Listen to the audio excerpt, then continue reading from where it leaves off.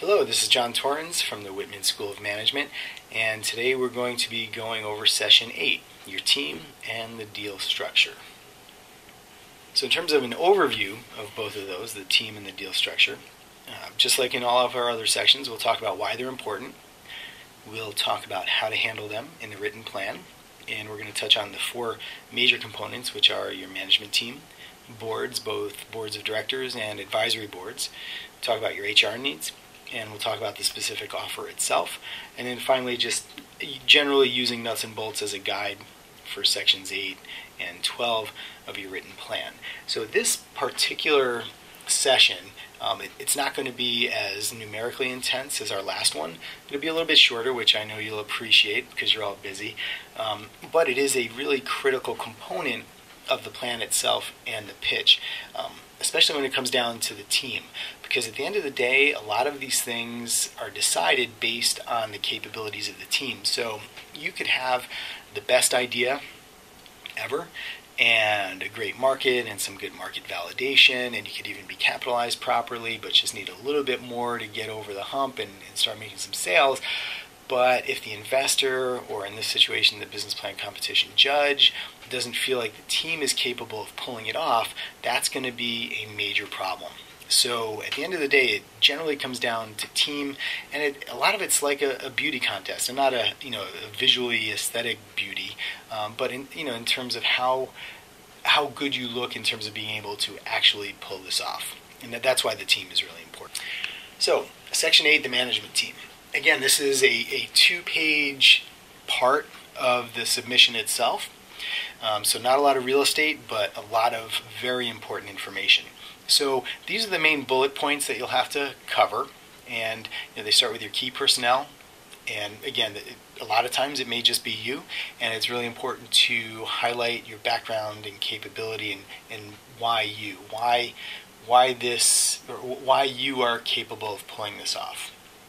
Compensation and ownership. Again, you don't need to spend a lot of time on this, but explain who owns the company, how they're compensated, and just go from there. If you have other investors already in the mix, just acknowledge that and explain how much they're in for, and then move on.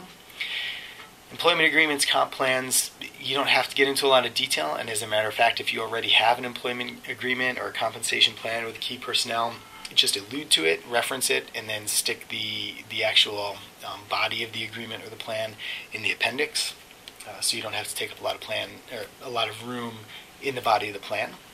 So the board of directors and advisory board. This is actually very important, and it may seem like a throwaway section, but it's pretty critical. The value of the board, either director or advisory board. So real quick, the difference. A board of directors has a little bit more fiduciary responsibility. So a board of directors actually can be on the line in litigation, and a lot of times they get paid. They have some real responsibility. Very common in nonprofits and obviously public companies, even S corps or C corps that aren't publicly listed. Boards of directors are there, but they get paid for their time and they have responsibility and some liability. Advisory board members, on the other hand, are there just to give advice. They're not on the hook for anything. They have less responsibility. They're really just kind of a sounding board. So as a startup, you may have a hard time getting a board of directors. You may be more able to get an advisory board because most people will agree to dispense advice, right? They don't get paid, but they're there for you to kind of help you focus and strategize and grow. So the advisory board members are really important because they add the talent, the knowledge, and the skills that are missing on the team. So if it's just you as the team for the startup, then it's very reasonable to expect that there's some holes, right? You can't possibly be good at everything. You can't possibly know how to do everything.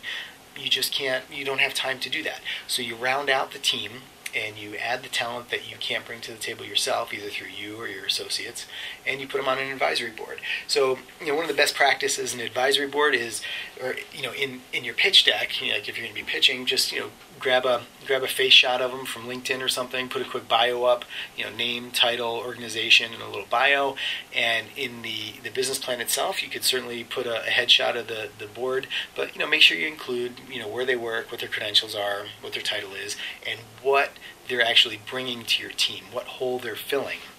So they could be somebody who's really important somewhere in your value chain, right? So maybe they represent, a group of suppliers, or maybe they have access to, the customer base that you need to sell into. Maybe they're an angel investor, whatever, right? It could be somebody really important. I would avoid having your advisory board team full of bankers and lawyers and insurance people, because that's in the next group. So your advisory board should be something in the industry or market chain that's really going to help you. And again, it rounds out the talent that you don't have on your team currently.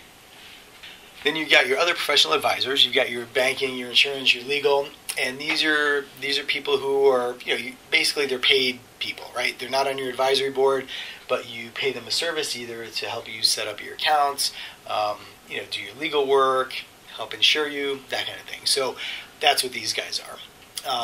It's usually not a deal breaker. It's usually just enough to show that you've thought of it and you have people there. All right, next slide. The proposed company offering. So in the offering, we're not expecting you to do a formal valuation. Now in the spreadsheet that went along with last week's session on the financials, you'll see a tab in there that shows valuation. And the valuation is basically an attempt to put a value on the company. So if you were pitching for investment capital, you would know how much of your company, or what percentage of your company, you are giving up in exchange for the money you're raising. Okay, so if your company's worth $1 million based on your discounted cash flow valuation, and you're raising $100,000, then that's kind of the negotiation point. Is it worth 10%? Is it worth more because of what the investor's bringing? And could you start it without the investment, and so on, right? We're not expecting you to do that here, because in this competition, you're not offering equity in exchange for the proceeds, right? This is a competition. You're just getting the money. So what's really more important is that you can show that this money is going to be meaningful to you, right? Because generally in business plan competitions, they don't want to award an amount of money that's not going to put a dent in the need, and you're not going to be able to leverage that and do something with it, right? So even if you actually need $100,000 to start your company, you have to show how $5,000 in potential winnings, for example, could get you to the next level, right? So what are you going to do with it? So telling overall what you need to get your company up and going and desired financing, that's critical, right? Because that shows that you know what you need and you kind of detail what you're going to do with it. Then you talk about capitalization and use of funds. So how you capitalize right now, and for most of us, it's going to be owner savings, right? So, hey, I've bootstrapped it, I put in this amount of money on my own, I'm out this much on my credit card, and maybe I got a little friends and family, or maybe another investor, right? You would detail that, show how much money you've gotten from those activities. Okay, so use of funds.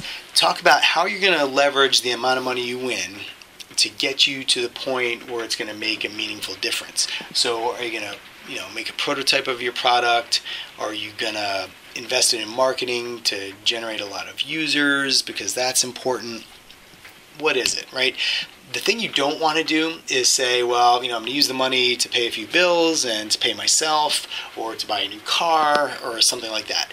Generally, the use of funds should go towards something that's either going to generate revenue or, be proximal to that and help you generate revenue, right? So either, building up your inventory, finishing up some R&D, putting it into marketing, hiring a sales force, something like that. Don't put it into just basic fixed costs that don't easily turn into revenue. That's usually a red flag. And again, this is just a page or two. You don't need to get into a lot of detail. And if you have spreadsheets and charts, you can just stick a picture in there. Or if there's a lot more than that, refer to it and put it in the appendix. So investors' return, and this is actually kind of a misnomer. There's obviously there's no investor. Again, it's the idea of how are you going to leverage this, and what does this money really mean to you? Okay, because nobody's buying equity in your company with this funding, but the general sense needs to be that, hey, this is actually meaningful. This is going to get the person to a point or it's actually helping them either grow or start, or it's something useful. And that's kind of the key. So, use of proceeds, how you do it, how you leverage it, not towards fixed expenses, not towards, your own salary, but towards something meaningful to getting the business going. All right, so in terms of reminders for this session, use your advisory board to add the needed talent to your team, and just please trust me when I say that this is really important, because you can't be expected to know everything, and you can't be expected to have connections up and down and across your value chain like you need to. So your advisory board really adds that. Very helpful. And then the second reminder is be able to explain how we'll use any proceeds in a way that will grow the business. That's really critical. They want to see that you've thought that through and that the money that gets injected is meaningful. And next week is session 9, so the executive summary. And the executive summary will be relatively short, kind of like today's session. And congratulations to everybody for sticking with it for this long. We're all very proud of you, and we're really looking forward to watching this progress and to see you compete. So we'll get back together next week when we talk about our executive summary, and then we will be done with the tutorials, and you'll be ready to go.